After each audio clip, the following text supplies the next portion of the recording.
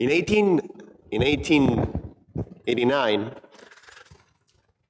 an immigrant from Italy decided to go to Chile. He was a tailor, and he founded a small tailor shop in the center of Santiago de Chile. He was very good at his job, so he succeeded. That small tailor shop turns into a big department store. They were successful as a department store, and then he started the business of loyalty cards. He's giving the customers loyalty cards. They could also even buy stuff in their in the store using those loyalty cards. The interesting thing about those loyalty cards is that they started getting information from the customers. And they get to know about them, and they get to know that what really people want to do is enjoy and go to a mall and buy in a mall, not in the center of Santiago de Chile. So why not to go to malls, right? Have your store in a mall. And they got more people, they got more customers, they got more loyalty cards, and they got more information from the customers. And they learned from the customers that they loved to buy stuff, and they need to insure those things that they were buying. So they decided to found an insurance company to help the customers insure the things that they were buying in the malls. That involved more learning, and they learned from the customer that they love traveling around. So why not to found a travel agency? So they founded a travel agency. And they got more information from the customers. They even get some requests from the customers to get some small mortgages to fund those trips and to fund all the things that they loved buying in the mall. So they got more information. They decided to create a bank. They got more information from the customers, and they also learned from them that they spend a lot of money buying groceries. So why don't you found a supermarket? And of course, they also spend a lot of money on their houses. So why not to found also a Home Depot store? So they can help the customers buying things for their houses. And they also learned that the customers spend a lot of money on medicaments, on medicines. So they decided to found pharmacy. Why not? And now they learn from the customer that communication is the most important thing for us. So they decided to create a phone company. And everything started this with a small tailor shop. To me, the key of this success case in business from Falabella is their capability to learn from the customers. They were open to everything, and they were also able and focused on learning. That was the key for the business. And to me, that's business agility. Sorry, guys, not about software, not about us, not about application. People doesn't want application. We want experiences. We want to buy the capability to enjoy an experience. Sounds fair? Or maybe some of you wake up in the morning and say, oh, what should I do today? Traveling, buying some nice stuff, having a dinner, or maybe, no. What I like to do today is log into my banking application and use it because it makes me happy. I don't think so, right? Software is just a way to design an experience. But we people, we human beings, we buy experiences. And that's, to me, business agility, creating that capability to learn from the customer and please the customer and connect with the customers. And software is a way to do that because nowadays we interact with people, we interact with business through technology, and that's fair. But that's just about the context. Just about the context of the current business world. It's not a purpose itself. Software is not a purpose itself. So we are here working on a management evolution. This is changing. As the industry is changing, business started in the first industrial revolution when we started to build things in big places with a lot of machines, not with this not with these craftsmen doing their craftsmanship in the small store, but instead in these big factories. We created the factories, and we needed to manage that, and we created a management for the first industrial revolution. And management has also been a great thing for society, because we focus on improving and on getting people able to buy things that they couldn't buy before. So we created a social revolution in the first industrial revolution. We created the concept of productivity. You created the concept of customer. And we got people going out of the small villages and going into city, which could be bad or good, but changing the society. And this was the first industrial revolution. We created a management for that. We created scientific management for that. Taylor was behind that. It was a great step forward in the management science. With time, we wanted that to evolve.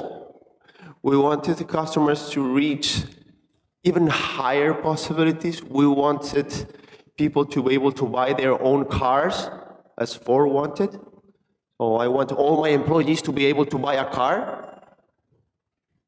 And for that, we need to reduce the marginal cost. So we created an economy of scale. We created new management techniques that allowed us to be more efficient. So producing one more thing of this good would be every time cheaper. So buying things would be every time cheaper. To have now, let's say, a phone handcrafted by one person would take a lot of time and will be very, very costly. We now can buy very cheap phones because there is a management strategy behind that. And that evolved. So we started from the push system, the Ford-oriented system, to the pull system, total quality management, lean, Toyota production system. So we have alternatives to make that improve. The management 2.0, the management of the second industrial revolution, was very good in focusing on efficiency, on mass production. What is happening now? What is happening now is that we want something that is produced to just ourselves, to fulfill my needs. We have so many choices. So if you want to be good at connecting with the customer, you need to produce something that is made specifically for him. So to me now it's not about technology, it's about customization. We want to customize the experience with the customers. And that to me is the third industrial revolution. It's about complexity, it's about connecting with the customer, it's about prosumers. The consumers, they don't only consume, they also produce information. So if you create something that people doesn't like it, they will complain on social network and nobody's going to buy that. So there is a different relationship with the customers. And we're now trying to create a management strategy that is compatible with that world, that is compatible with complexity, that is compatible with the prosumer, that is about customization.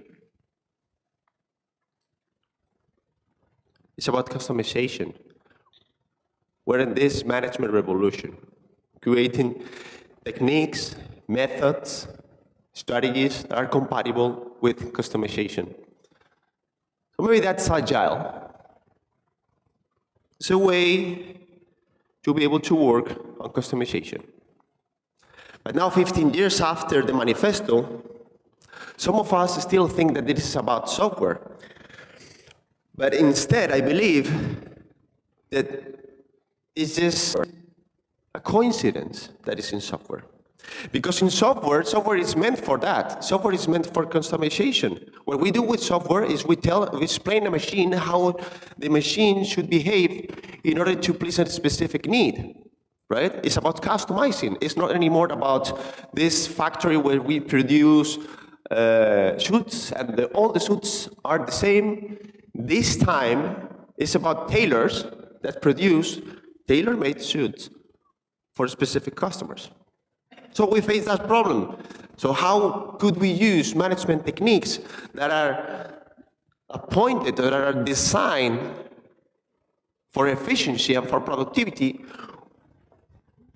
when what we want is instead to be able to customize? So obviously it doesn't work. We need alternatives.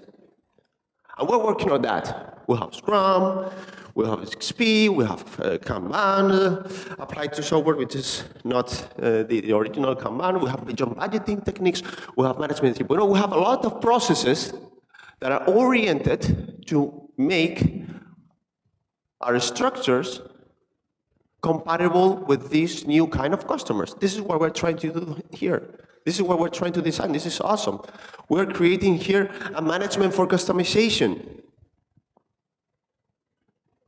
But I still see how many companies fail on doing this, on nurturing this.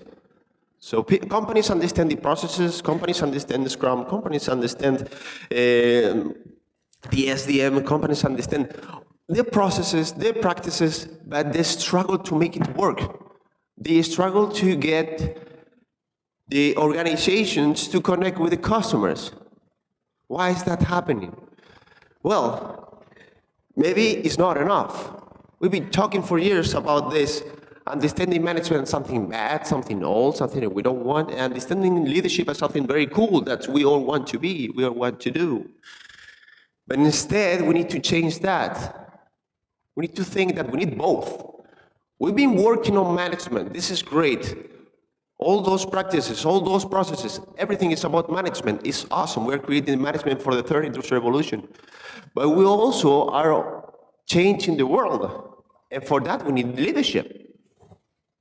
We need now to work on leadership. We need both of them. We had management for the third industrial revolution on the books, on the trainings, on the conferences. And we learn how to go from managers to management. So we know that we need management. We know that it's too difficult to be left to just the managers. We all need to manage. We need to distribute the complexity. Because now we have a lot of tailors. We don't have a factory of machines. We have a lot of tailors. So the tailors need to be able to manage themselves. And that is great, we learned that. And also we need to create now leadership for the third industrial revolution. So we need those tailors to be able to lead. We need also to go from one leader or a few leaders to leadership. We need every tailor to be able to lead in a specific direction when it's needed. We need to distribute that leadership also, because now we're dealing with a much higher complexity to please this customer. We need leadership at all levels. This is the challenge. We now need to work on leadership at all levels, because this is about learning again. This is about creating, this is about nurturing organizations that are able to learn.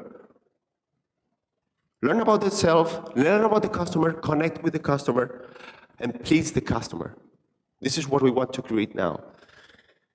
And this is not easy, because now it's not only about learning the process, it's about developing leaders in the whole company. Developing leaders. And develop a kind of leadership that is specific for learning. We need to create leaders that help other leaders to be able to learn.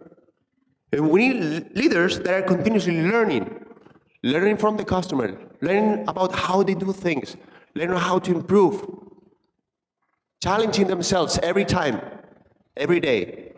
This is what we need that. This is what we need now. So you might now be wondering yourself, so how do we do this? How could I become a leader? Well, this is very easy. We know a lot of leaders, right? We have these stability-based leaders. We have visionary leaders. We have strong leaders. And we have water, nurturing, caring leaders. We know how to do that. Well, obviously it's not easy to become a leader. So, well, this is one way. You can join a 2-day trainings and it will give you a certification, you will be a leader, like the ones before. Or maybe not. It's a lifelong journey to improve your leadership capabilities and to understand what is the leader within that lives inside you, because we all can lead. We all have led in a specific situation, in a specific moment, and we all have an own style of being leaders. So, in my opinion, there is a spectrum of things that we need to work on to evolve as leaders and to make that leader that lives within us every time more powerful and more meaningful for yourself and for organization. So what is this about? In my experience, in my opinion, now I'm going down here, and you finally get to know what is this thing. So the first thing that a leader needs to understand is about complexity, right? I will put the complexity here. It's about understanding how we make problems to progress from complex to complicated, how we circle problems, so we put boundaries to problems and we understand what we are working on. And we don't take things for granted. We don't understand as simple things that are not simple. And we prevent chaos from happening. So this is the first thing that as leaders need to work on. Understanding complexity. Understanding the complexity of the business, understanding the complexity of the customers, understanding the complexity of the organizations. This is the first step. The next step is working on ourselves. Understanding yourself as a leader. Who am I? Because we are all different. We are all human beings with things that we love about us, and things what we don't like about us, and things what we need to improve, and things that we need to empower. So this is the personal dimension of leadership. Understanding yourself as a leader. I'll put this in this side because this involves 3 levels. This involves understanding first who you are, being a leader, what is inside you, how you listen, how you connect with people, how you empathize with people, understanding your own needs, your own fears, your own strengths. The next level is about how you put that into practice, how you ask questions, how you give feedback, how you receive feedback, how you incorporate the feedback. This is acting as a leader. On top of that, there is my leadership style. So how the organization, how people perceive me, what is my image from them. This is about interacting. This is about my leadership style, and this is about the situation. Leadership is situational. You need to evolve your leadership style depending on the organization, depending on the group, depending on the moment, and depending on your strategy to make teams or organization grow. It's not easy. This is the interaction that we need to nurture as a leader. On the other side, here, we have the collective dimension. The collective dimension is about the others. It's about the organization that you work on, the organization that you lead. An organization is first a culture. How we do what we do, who we are. And we can't change culture, sorry. It's impossible. I can't turn Belarusians into Spanish or Spanish into Germans. Culture is there. We have to honor the culture. We can action the culture. We can influence the culture. But first, we need to understand the culture and honor the culture that we work in and take advantage of the things that are compatible with what we want to create, understand the things that could be barriers, to try to action those and make it every time more compatible with the environment that we want to create. And we need to understand culture first.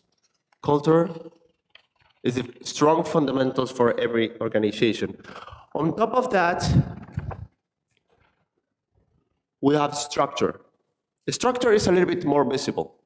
It's how we organize the people. And we have different kind of structure. We have formal structures, organigrams, we all know that. We have informal structures, we have value creation structures. There are a lot of ways in which organizations organize themselves to produce things. And this is a little bit more visible, and we need to understand that to be leading in that environment. And on top of that, we have the management. We have the visible thing. We have the processes. We have our way to implement agility. On top of everything, a leader needs to understand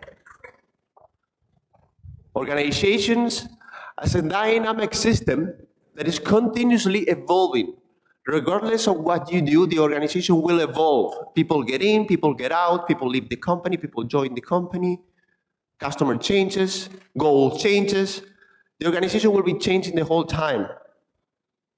But leaders need to understand how to influence that dynamism, influence that movement, so it's going to a new position in which is more compatible with this new way of working, with this new customer, with this customization environment.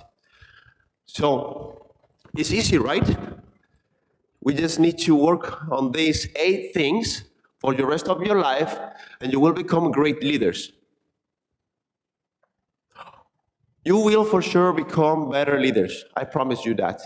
If you work yourself in these 8 things, you will become higher, stronger, better leaders. And this is what we need now. This is what we need to create in organizations, and this is what we need to nurture in order to make that compatible with the third industrial revolution. I call this the leadership dance floor.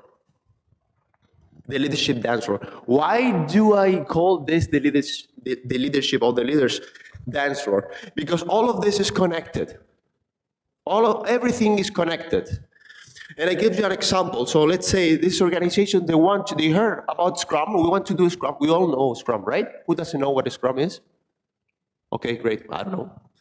Great. So we want to do Scrum. This is a framework, right? Where the practices are very clear. So we try to replicate that. And well, in my experience, it happens sometimes that you don't get the result that you expected out of Scrum. Does any one of you had that experience? So you implement Scrum and you don't get what you expected? Yeah, the rest of you are very lucky. Okay, so you're there and you say, well, let's implement Scrum. How is that compatible with my structure? Oh, we have a silo-oriented organization. We have this front-end development development department, back-end development department. They can't talk to each other. But we have a Scrum team here, a Scrum team there, and they do both Scrum. They are not very likely to work on a deliverable together, right? So it's not working. Oh, wow, okay, so we can get people working together, but you have to report to this guy, you guys have to report to this guy needs to report to this other guys. Again, the structure is not compatible. So before considering a Scrum, you need to understand how you need to create a structure that is compatible with that. Formal and informal and value creation structure. Otherwise, it's not going to work, right? How about the culture? So Scrum is about creativity. It's about creating new things. It's about probing. It's about experimentation. It's about trying things and failing, and it's okay because you are limiting the risk. You are working on something really small, so being wrong is not very expensive. Yeah? But in my organization, we have a very control-oriented. Before running an experiment, you need to deliver a lot of documentation. You need to explain specifically what we're going to do. Or if you are wrong, if you make something that is not what we wanted, you will get punished. That is not compatible with the culture that we need to create to take the most of Scrum, right?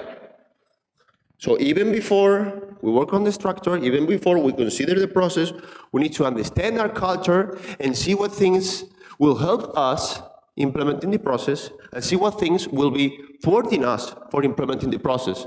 Otherwise, upfront, it's not very likely to get the results that you expected. How is this connected to complexity? Well, Scrum is meant for that. Scrum is meant to make a problem progress from complex to complicated. We have a problem that is too big, we have to please a customer, we create a hypothesis, so I need that this is the most important thing to do now. We create some boundaries for that hypothesis, and we work on that experiment, we focus on that experiment, and then we measure the results, we get the feedback, right? Oh, so it's not about the project. We do Scrum and we consider the whole project, we divide everything up front, and we already know what the customer wants, so let's do it, let's do everything. Well, yes, you're doing Scrum, but you're not getting the results that you're supposed to be getting of Scrum. You are not using it for experimentation, you're using it for project completion. It's not what you want. Okay, so I'm the Scrum Master, and I hate those traditional managers guys there. I really hate them. I don't like them. I don't even want to look at their eyes because they don't understand anything. They are terrible. Well, that's a great way to prevent Scrum from happening. You are creating saboteurs from the very beginning because inside you, you don't respect them. And it's very difficult to work with someone that doesn't respect you, right?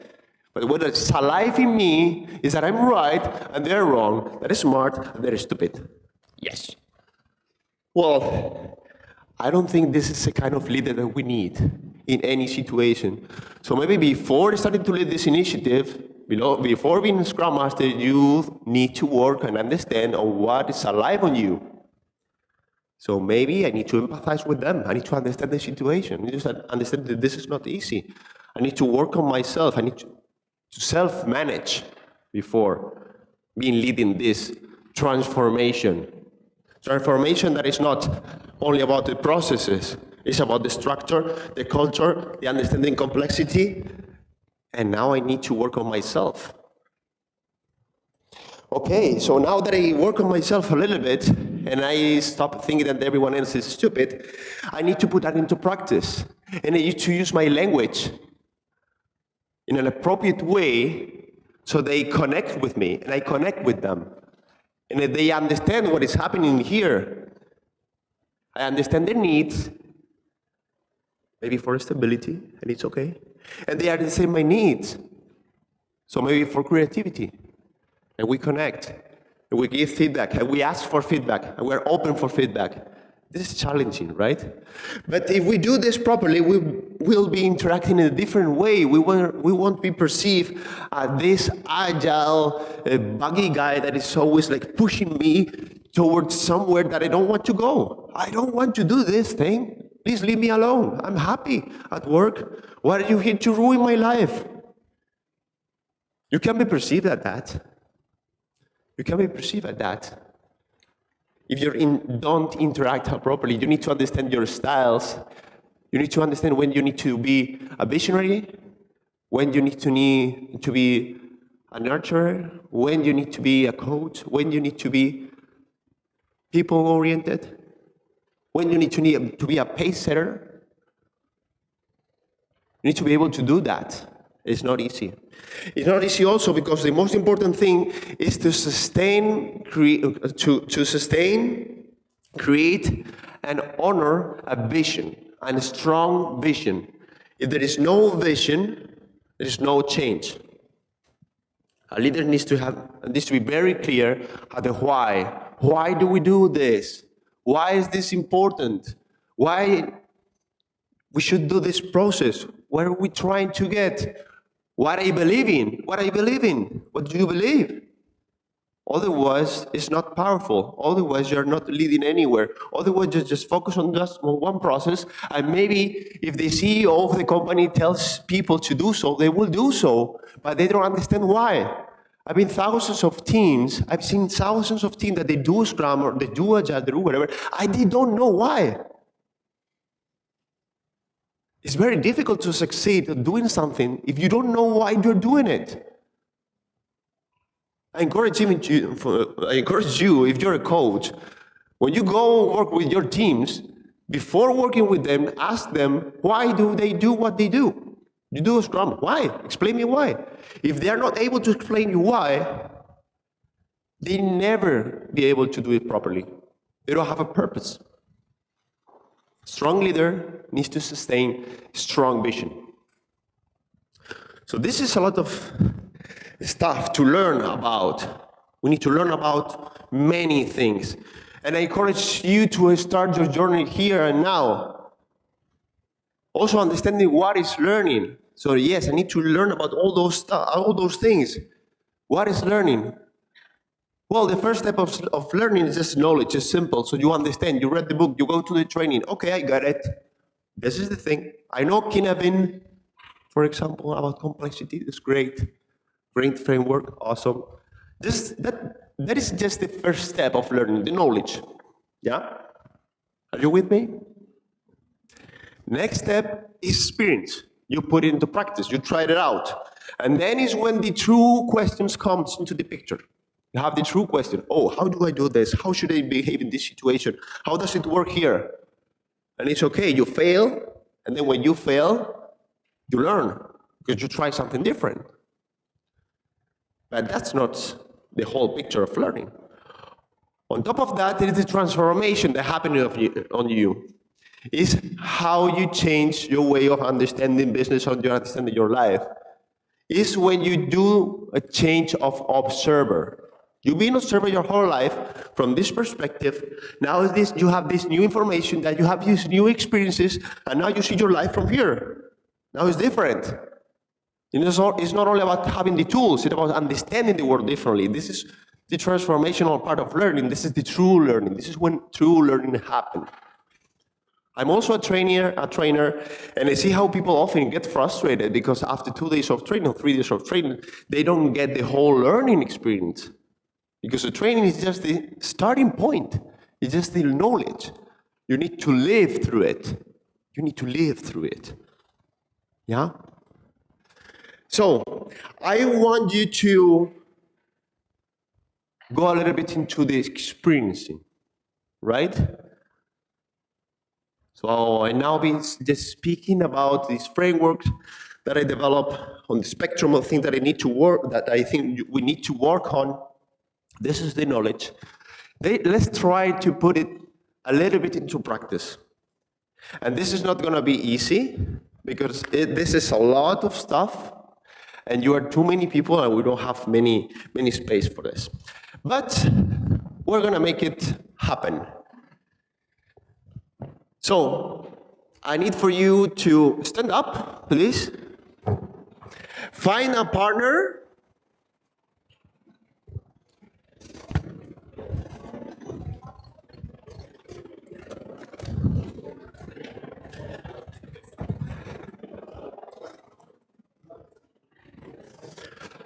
Okay, you have a partner? Great.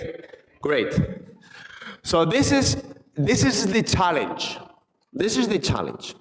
With our partner, we need to find enemies of learning.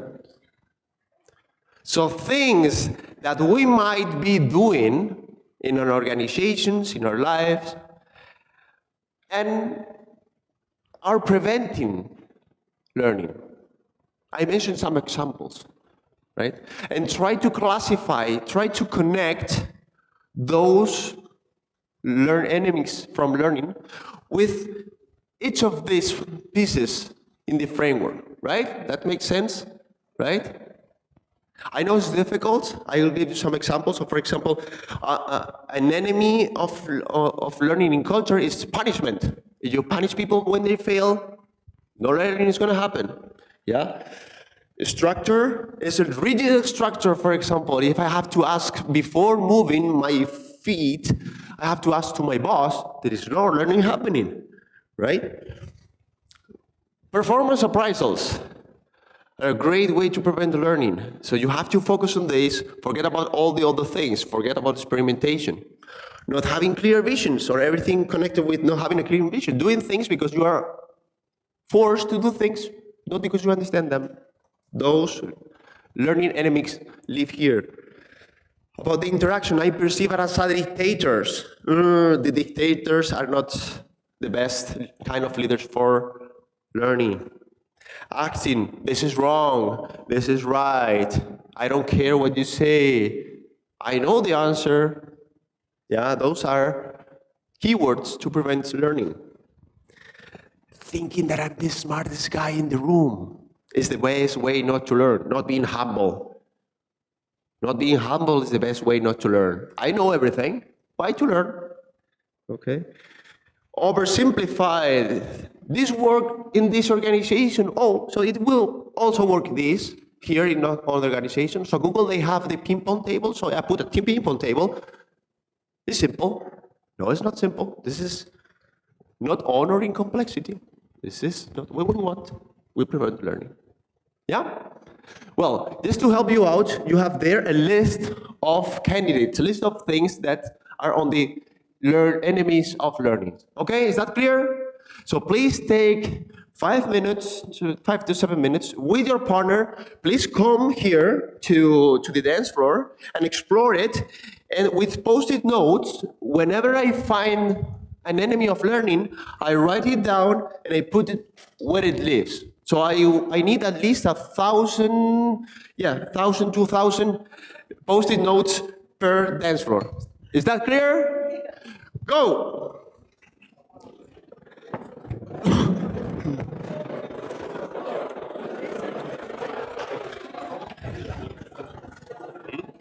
Here too.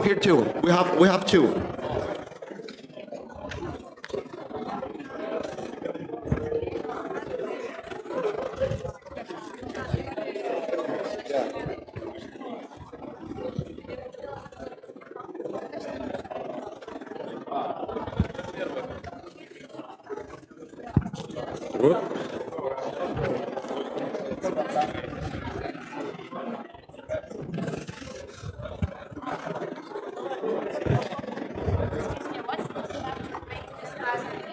Sorry? This framework. Shall we start as you described? No. No Just order, no order. Just yeah, exactly. Yeah. Have a discussion with your partner and decide. No order needed.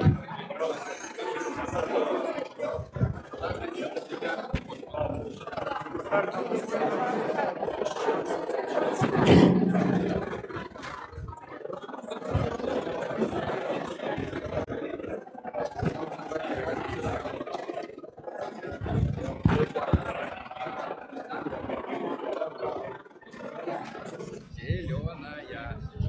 Вот так работает? Да. Зеленая там. Они, если вы смотрите здесь.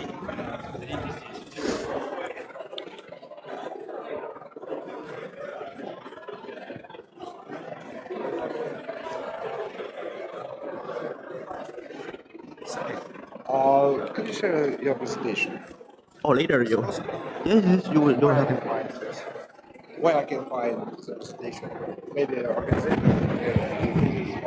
Yes. So at the end of the conference, I will upload it. You will find it in my webpage, and you will find it also in the conference website.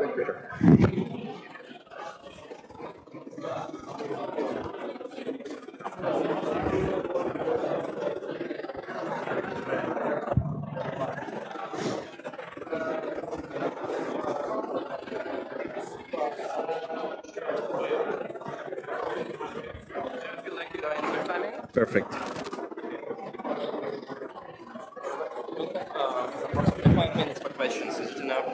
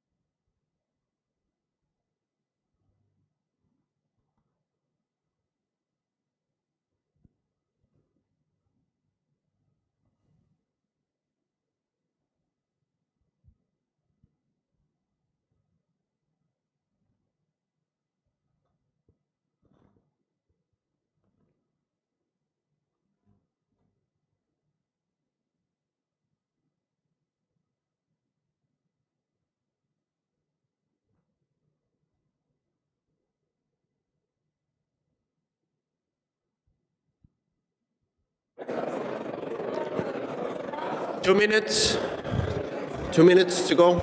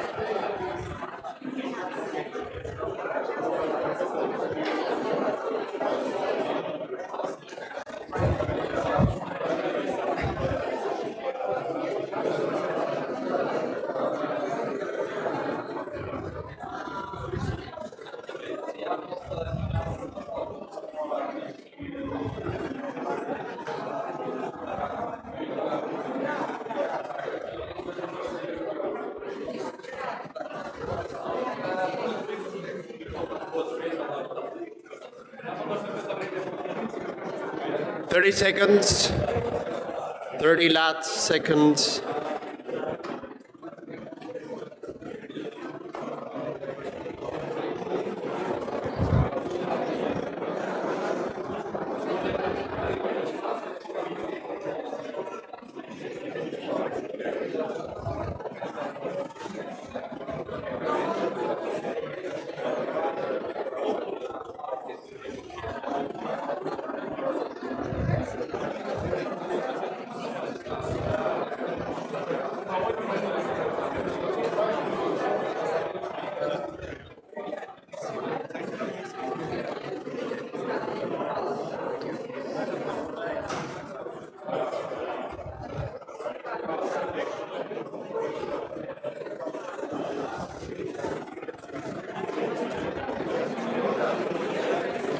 All right, all right. You know this? You know this?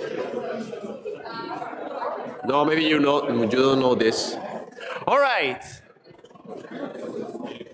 Whatever we have is the best thing we could have in the time given.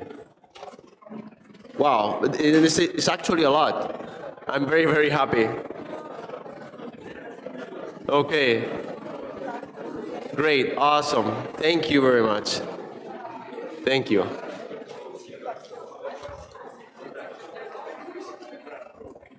Awesome. Great. So we have a lot of things. So that's a good sign, because that means it's great to see how this triggered the conversation. Awesome. So, because this is meant for that. This is meant to trigger conversations. It's a great thing that we have a lot of space for improvement. So a lot of things that we might be doing already that can be thwarting or stopping learning. You see it so fast. Because now what we need to do is find your partner again. You need to come back here and turn those enemies into friends of learnings. So how does it work? I have this here, for example. So fear of failing in a new role, right? As part of organizational change. So everyone here in my organization is afraid of doing things wrong in this new way of working. Yeah, that can prevent learning. So what can we do in order to turn that enemy, that's something that prevents learning, on something that encourages learning? What could you do in order to do that? So I say, for example, well, saying that failing is okay, establish a vision of failing is okay, but changing is critical. So we need to improve, and improvement will be the base of our vision. So establish a vision of change. This is what we want, to prevent this enemy of learning and turn it into a friend of learning, of creating a vision of improvement, a vision for learning these new capabilities.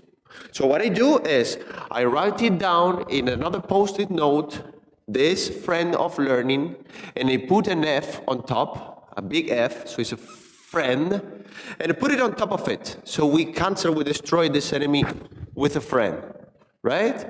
Is that understood, what we need to do? So find your partner again and turn as many enemies into friends as possible. Go.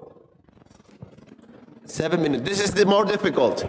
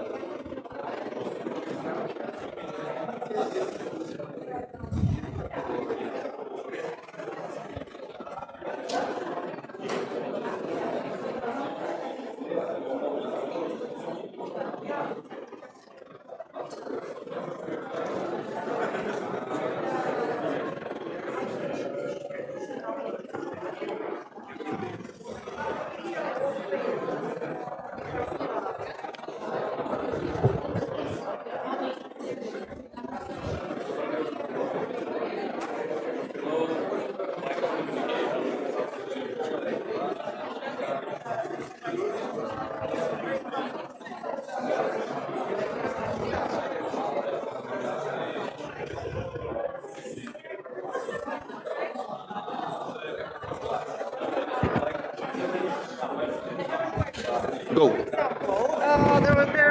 are a lot of paths with fear of failures, but there is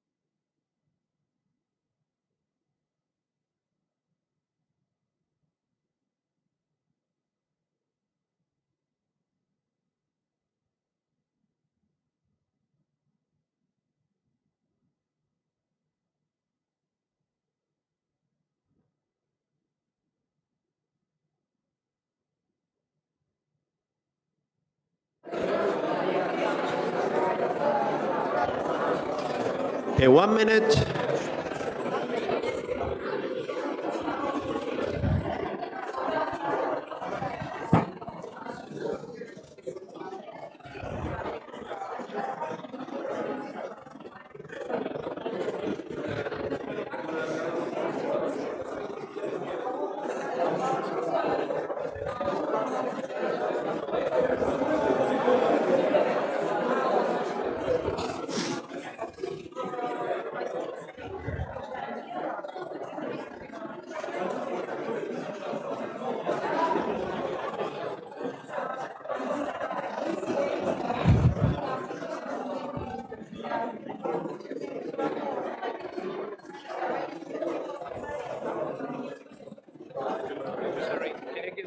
when you finish, and I can proceed to another announcements. Just not to interrupt you. Okay, perfect.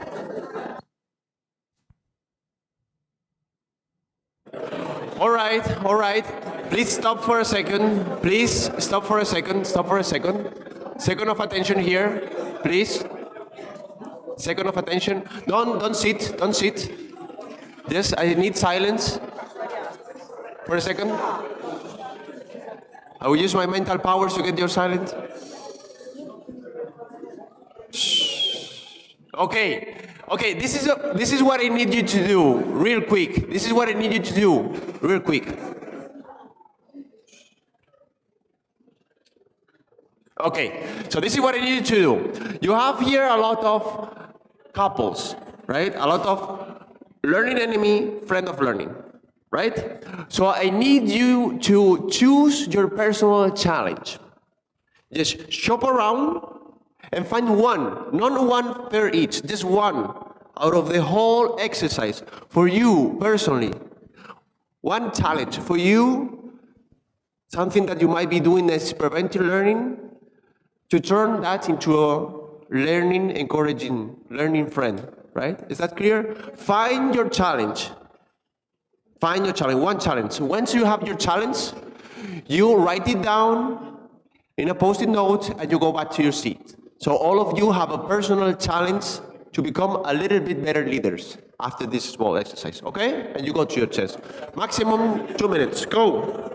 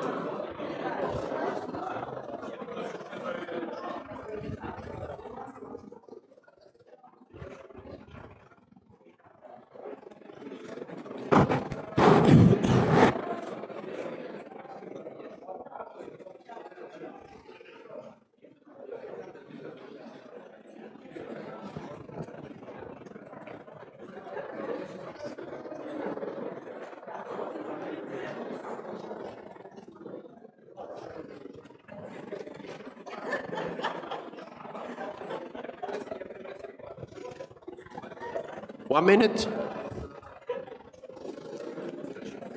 Take your challenge and go to your sheets.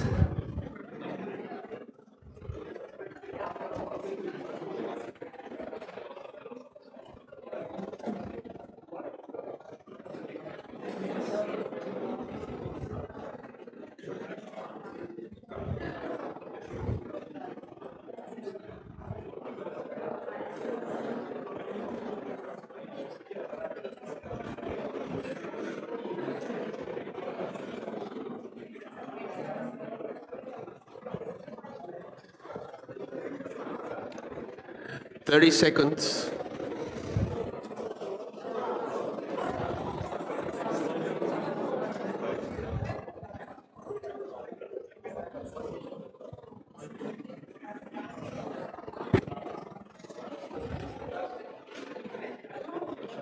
Ten seconds.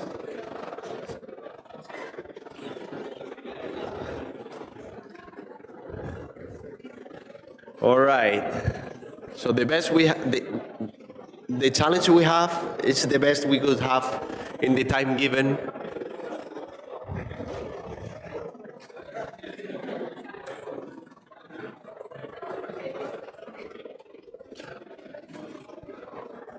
All right. If you struggle to find a challenge, you can go back to the dance floor after the talk. It's no problem. Okay. So please go back to your seats.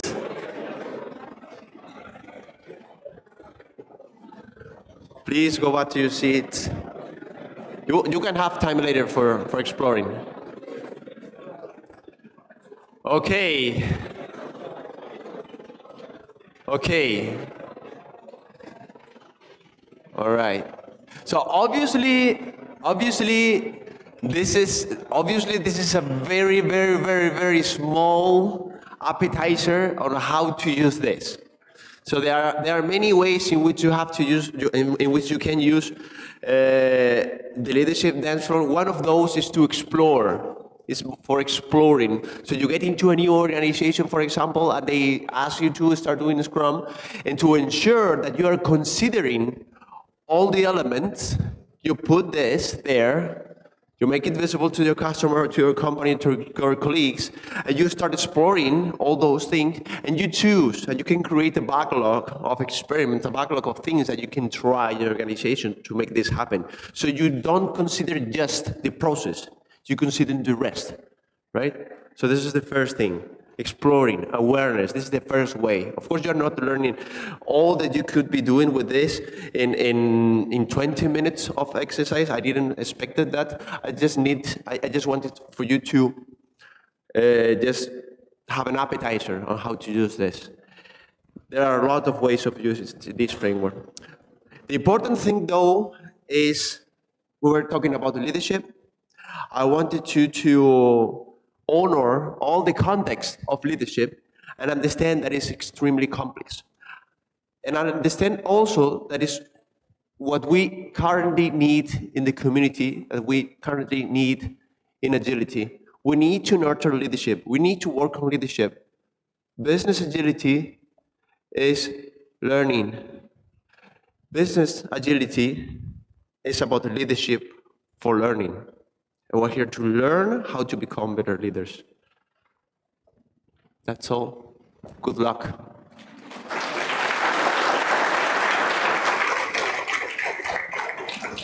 So now questions? Questions? We have just a couple of minutes for questions to Aniel. Please raise your hands. No questions? If we don't have questions now, I will be around during the day, so please come. And Really? No single question? So I believe it means we are really awesome. thank you.